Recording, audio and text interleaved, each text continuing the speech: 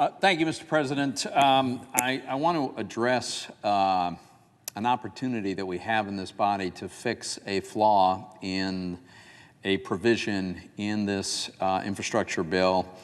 I want to thank my colleague from Oregon and our colleague from Wyoming. The three of us have been working on this, and I really hope we get this done. I'm going to insist on having a vote on this. And let me just give a little context here. So we're all aware of this new category of assets, some would describe as currencies, which are also called cryptocurrencies. And this is a fascinating development. Actually, some have been around for some time now, but they've come into the public eye in a much, much bigger way in recent years, very recent years. And while sometimes we think of this as some kind of unit of value that is traded and has some pretty spectacular volatility sometimes, for me, while that's very interesting, what's much more interesting is the underlying technology and what that might make possible. I'm still trying to understand, I'm still on a steep learning curve about all the possibilities of the distributed ledger technology, the methodology by which cryptocurrencies can be exchanged without an intermediary. There's no bank that the money has to go through. It is an amazing and fascinating technology where individuals scattered around the globe actually validate the legitimacy of a transaction, and it becomes immutable. And there's a permanent record in some cases. There are other models where it's different. But this is an amazing technology that has tremendous potential. We had a hearing in the Banking Committee just last week that, at my request. The chairman agreed to a hearing where we talked about some of the use cases for this underlying technology, and we heard some amazing things. So the most common activity now is trading in these digital currencies, whether it's Bitcoins or Ethereum or others. There's many, many of them. And that's the biggest single activity, but there are very, very important and interesting additional use cases that are occurring. One of the things that I'm fascinated by is the potential to have this dispersed mechanism for validating ownership. Think of all the amount of time and money and effort we spend on all kinds of transactions where ultimately we're trying to validate someone's ownership, the title to their house, the title to their car, your ownership of the stocks that you bought from your broker. All of this is, we've developed very expensive, actually, and sometimes time-consuming processes by which we do this. This can all be done on the blockchain. This can all be done almost instantly, at almost no cost. And I think that this is the direction that we're going to be heading in. That's just one example. There's another whole category that's fascinating to me, which is what people refer to as programmable money. Think about it. Programmable money, what is that? Well, here's a great example that we heard at our hearing from a witness who works for a company that actually provides these kinds of services. But here's an example. You know, one of the things that's always been a challenge is how do you ensure that, say, a person who has a copyright is properly compensated when that copyright is used in one form or another. You know, I used to have a restaurant, and when we played music in the background to create a certain ambiance in our restaurant, how do you make sure that the people who have the copyright on those songs gets paid properly for that? I'll tell you, it's a terrible system.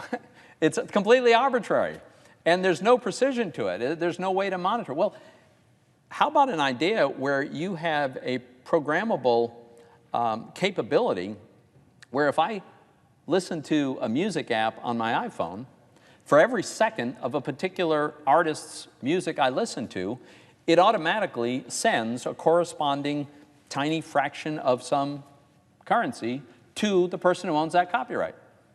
That is completely doable in the context of this kind of technology. Mr. President, I just mentioned these two things just to provide a little tiny glimpse and illustration of the kinds of amazing things that I think this underlying technology is capable of and is likely going to change the way we do an awful lot of things in the coming years.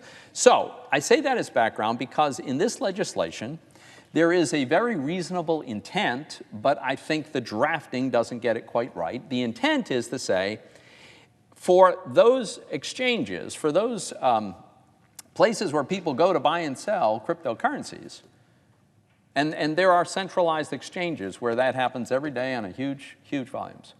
We want to require these exchanges to have the same kind of reporting requirements that a conventional broker would have when a security is bought. So in other words, we want the folks who run the exchange to report the name, some identifying number, maybe it's a social security number, the dollar amount, and all of this is because people buying and selling these cryptocurrencies are generating capital gains and losses. It's an asset. If you sell it later after a gain, you should have to pay a capital gains tax on that asset, if you, depending on how long you've held it.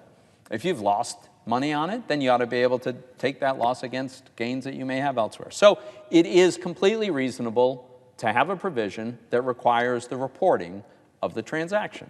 That, I think, is the intent of this legislation. But unfortunately, the way it got drafted, to my reading, and I'm certainly not alone, I think this is almost universally acknowledged, the language would impose this reporting requirement on people involved in the cryptocurrency world who don't even have the information about the person making the purchase or the sale. So, for instance, it might very well be interpreted to impose this reporting requirement on the miners, the people who are involved in the arithmetic process by which you validate transactions. They don't even know the names. They've got a numerical representation of the transaction. They don't know who's behind it. They have no idea. They have no way of knowing. So it's not a reasonable, not an even slightly reasonable burden to impose on them. That's one little example of how badly flawed this language is. It wasn't intended that way. The good news is it can be fixed. And Senator Wyden and Senator Lummis and I have come up with language that fixes this problem. It would make sure that the reporting requirement on a centralized exchange, the folks running that who have this information would in fact have to report it. They don't right now. There's no statute, there's no regulation that requires that. This would require the reporting. And the industry is fine with that. They recognize that they should have to report this. But they also recognize that it should only be imposed on people for whom it makes sense, right? To people who actually have that information. So our amendment addresses this. It fixes this. It solves this problem. I think it achieves the intent. And we're having a little trouble getting the ability to offer this as an amendment here on the Senate floor on this bill. I am not here to ask that we simply adopt it by acclamation. I welcome debate and welcome a vote, but we ought to be able to have a vote. We absolutely should have this debate and have a vote before we go ahead and impose this requirement. And if we were not to adopt this amendment, then we could be doing a lot of damage. We could have a very chilling effect on the development of this technology, and that's what I am most concerned about. That's what I want to avoid. This technology is very, very exciting, has tremendous potential, and the last thing we should do is allow a flawed drafting exercise to have this chilling effect on the further development of this technology. I see the senator from Oregon is here on the floor, and I want to thank him for his leadership in this effort, for his work.